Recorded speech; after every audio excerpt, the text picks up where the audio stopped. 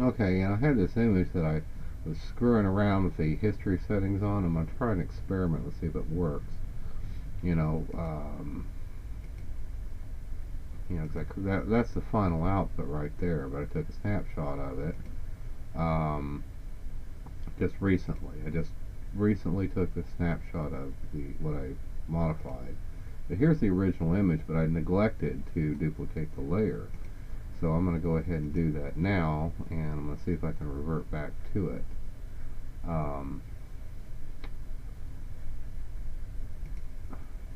So here's the image I just saved. Because once I save all this history, it'll go away. Once I save the file. No, I guess I can't do that. But because I am rewinding history here.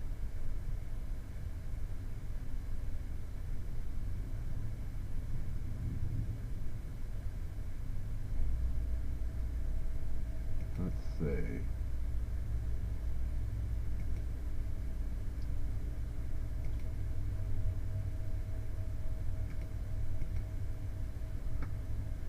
Here's what most.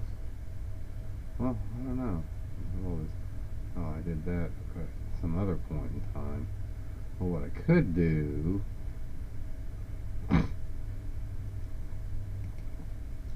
Okay, let's go here, because this is just an image. It's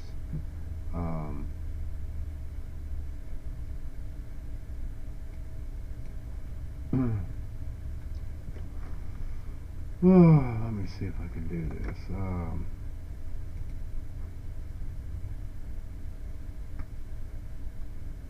Okay, so this does have a background image on it.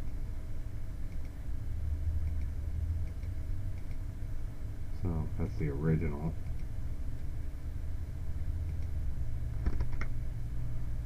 Okay.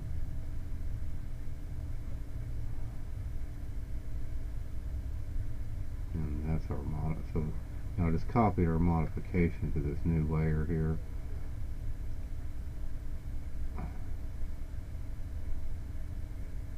So again, so I was able to preserve my work. So I got a copy of the original.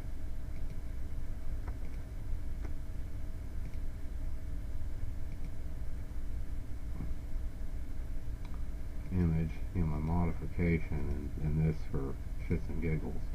So let me go ahead and save this.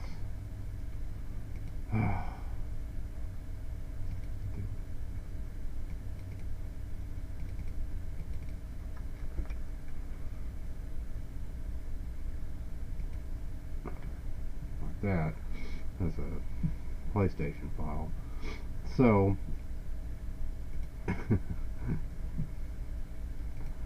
anyway,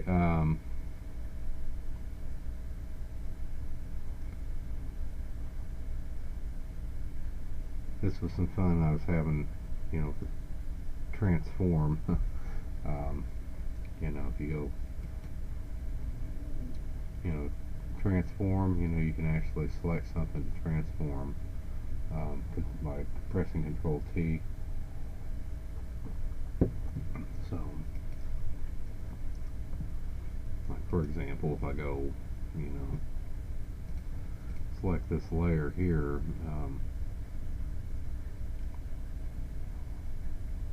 so that's what I don't understand. I mean, I don't understand how the hell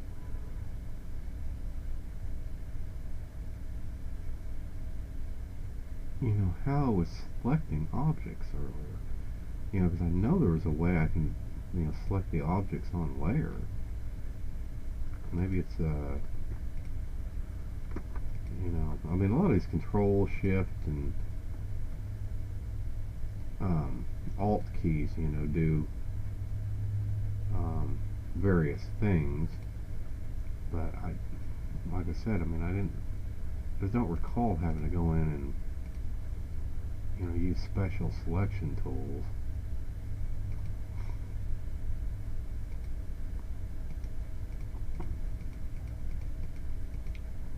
No, I didn't have to do that.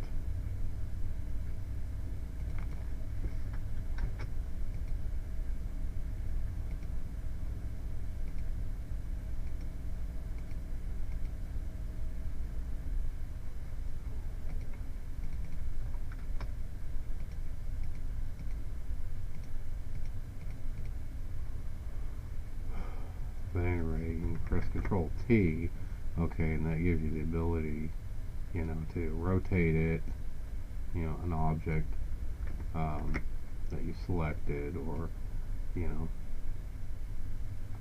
scale it. You know, that's how I was originally doing it. But then you can go and, well, let me see if it works like CorelDRAW.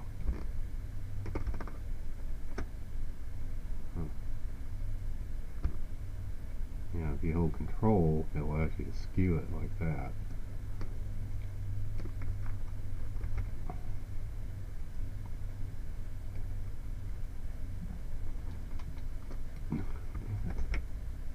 Stupid fucking mouse. Well, I guess that's...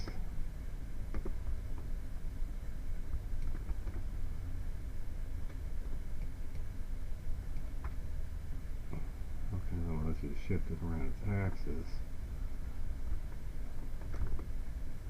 I guess that's still an advantage CorelDRAW has. But again, I don't know if Photo Paint does that or not. But you know, CorelDRAW, and there's maybe a way of doing this. I just don't know how.